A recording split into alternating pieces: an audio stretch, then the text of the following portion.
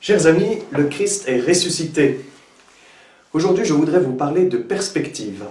Dans l'art, vous savez que la perspective, c'est cette technique qui permet à un tableau en 2 dimensions de donner l'illusion de la profondeur, c'est-à-dire d'une 3e dimension. Alors vous tracez des lignes de fuite qui vont vers un même point et qui vont vous donner l'illusion en contemplant ce tableau, et bien que ce tableau se prolonge à l'intérieur. Lorsqu'on parle du Moyen-Âge, on regarde souvent les gens du Moyen-Âge avec un peu de mépris. On considère que c'était une époque très sinistre. Il pleuvait tout le temps, les gens passaient leur temps à attaquer des châteaux forts. Et on conclut souvent en disant, et puis en plus, ils ne maîtrisaient pas la perspective. Et il est vrai que la perspective est une technique qui va être surtout utilisée à partir du XVe siècle, par la Renaissance. Mais je crois que le fait que les gens du Moyen-Âge n'aient pas utilisé la perspective ne signifie pas qu'ils ne la maîtrisaient pas. Je ne peux pas me résoudre à croire que lorsqu'on a construit toutes ces grandes abbayes, toutes ces grandes cathédrales, on n'ait pas pu maîtriser la perspective. Je crois aussi que le fait qu'on n'utilise pas quelque chose ne signifie pas qu'on ne le maîtrise pas. Simplement, c'est une question de mentalité. Je pense que si les gens du Moyen-Âge n'ont pas utilisé la perspective comme l'ont fait les gens de la Renaissance, c'est simplement parce que ça ne correspondait pas à leur mentalité. Les raisons sont diverses, et elles sont multiples, ce serait beaucoup trop long de tout détailler ici, mais je voudrais surtout m'arrêter sur le fait que la façon d'envisager la personne au Moyen-Âge n'est pas du tout la même qu'à la Renaissance. Le Moyen-Âge est une société qui est fondée sur la communauté, sur le groupe, sur l'appartenance à une ville, à un seigneur, à un château, l'appartenance à un groupe, à une famille, à une communauté, une corporation, une société. La personne ne s'identifie qu'à partir d'un groupe, elle ne s'identifie pas comme individu. À partir de la Renaissance, il n'y a pas un schisme radical, mais c'est une lente évolution des mentalités. À partir de la Renaissance, l'homme va progressivement s'individualiser et s'identifier comme individu indépendant, isolé par rapport au groupe. La perspective dans l'art, c'est le point de vue d'une personne. Lorsque vous voulez regarder un tableau qui utilise la technique de la perspective, il faut que vous soyez seul devant le tableau, à bonne distance, et que vous puissiez le contempler. Si vous vous mettez 5 mètres à gauche, ça va être complètement distendu. Vous ne saurez pas retrouver la perspective. Il faudra que vous retrouviez votre unique point de vue. Ça ne correspond pas à la mentalité du Moyen-Âge. Le Moyen-Âge n'envisage pas, je suis bien conscient en disant le Moyen-Âge, que le Moyen-Âge dure 1000 ans. Mais je crois que cette mentalité-là dure sur ces 1000 années. Le Moyen-Âge n'envisage pas qu'une œuvre d'art, une enluminure, une peinture, puisse être contemplée par une seule personne.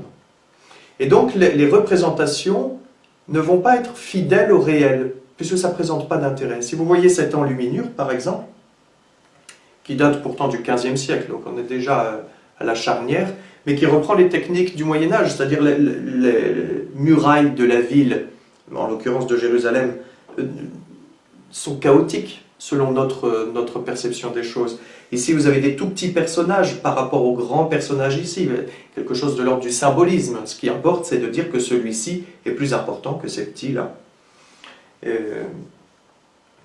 La perspective de la Renaissance va venir réorganiser l'espace pour l'individualiser. Et en fait, on va être tributaire de la perspective de la Renaissance pendant très longtemps. Pendant très longtemps, on va être obligé de contempler un tableau depuis un seul point de vue. Et il faudra attendre véritablement le XXe siècle avec un mouvement que l'on appelle le cubisme pour venir renverser tout ça. Il y a déjà quelques signes annonciateurs au XIXe siècle, mais c'est véritablement au XXe siècle, à partir, disons, de 1907, que Picasso, Braque, Gris vont dire « Je ne vois pas pourquoi je serais obligé de représenter un visage à partir d'un seul point de vue. » Et c'est là qu'on va voir ces visages très particuliers de Picasso, où on voit à la fois de face et de côté. Et ce sont des gens comme Picasso, comme Braque, qui vont réintroduire dans l'œuvre d'art l'idée qu'elle puisse être vue par plusieurs points de vue à la fois, et non pas par un seul point de vue. Pourquoi est-ce que je vous raconte ça? Eh bien parce que je pense qu'il en va exactement de même dans notre foi. Notre foi chrétienne n'est pas la perspective de la Renaissance et des siècles qui vont suivre. Notre foi chrétienne n'est pas un point de vue unique. Notre foi chrétienne est plutôt comme un tableau cubiste ou comme une enluminure du Moyen-Âge.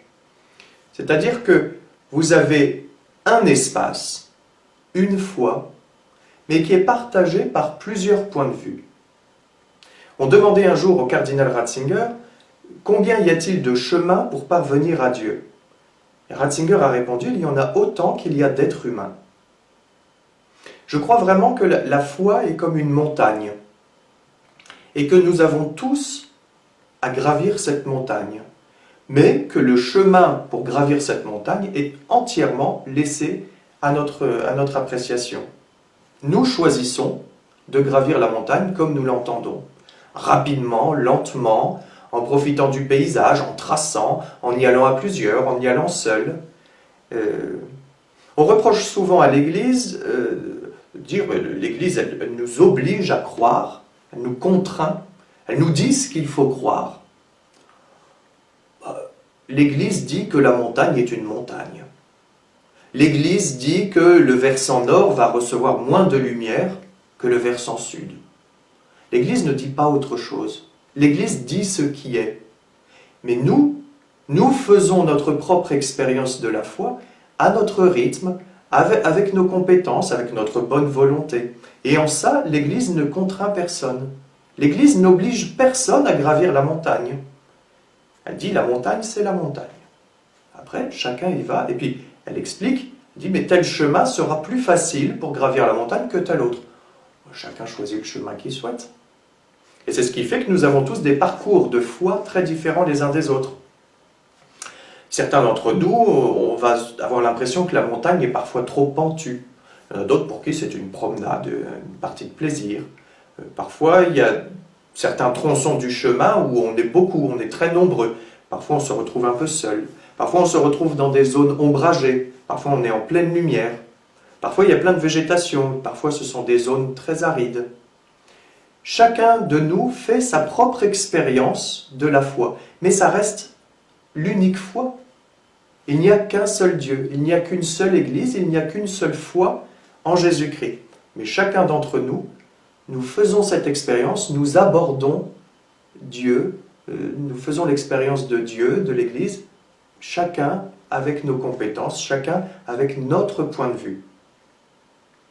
Et je nous propose pendant ce temps pascal, eh bien justement de réfléchir à ça, de se dire, mais quel est mon chemin? Sur cette montagne qu'est la foi, eh bien comment est mon chemin? Comment a été ce chemin pendant le carême et la semaine sainte? Et de manière plus générale, dans ma vie, comment est-ce que j'aborde ce chemin? Quels ont été les moments plaisants? Quels ont été les moments plus difficiles? Quels ont été les moments où je partageais un point de vue avec d'autres, et puis au contraire où je me suis un peu éloigné, lorsque je cheminais avec d'autres, lorsque j'étais un peu isolé? Faire un peu le point sur mon rapport à la foi, à l'Église, à Dieu, en sachant que d'autres que moi ont un rapport différent, ont une expérience différente, mais que c'est toujours la même foi, c'est toujours le même Dieu, c'est toujours la même Église. Et je nous propose de prendre un petit temps de prière avec l'apôtre, Saint Paul, qui nous aide à mieux comprendre ça avec l'image du corps humain. Au nom du Père, du Fils et du Saint-Esprit, Amen. Dans la première épître de Saint Paul apôtre aux Corinthiens, au chapitre 12.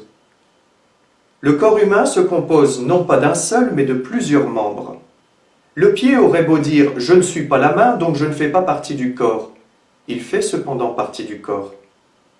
L'oreille aurait beau dire « je ne suis pas l'œil, donc je ne fais pas partie du corps ». Elle fait cependant partie du corps. Si, dans le corps, il n'y avait que les yeux, comment pourrait-on entendre? S'il n'y avait que les oreilles, comment pourrait-on sentir les odeurs? Mais dans le corps, Dieu a disposé les différents membres comme il l'a voulu. S'il n'y avait en tout qu'un seul membre, comment cela ferait-il un corps? En fait, il y a plusieurs membres et un seul corps. Gloire au Père, au Fils et au Saint-Esprit, comme il était au commencement, maintenant et toujours et dans les siècles des siècles. Amen. Au nom du Père, du Fils et du Saint-Esprit. Amen. Bonne journée et à très bientôt.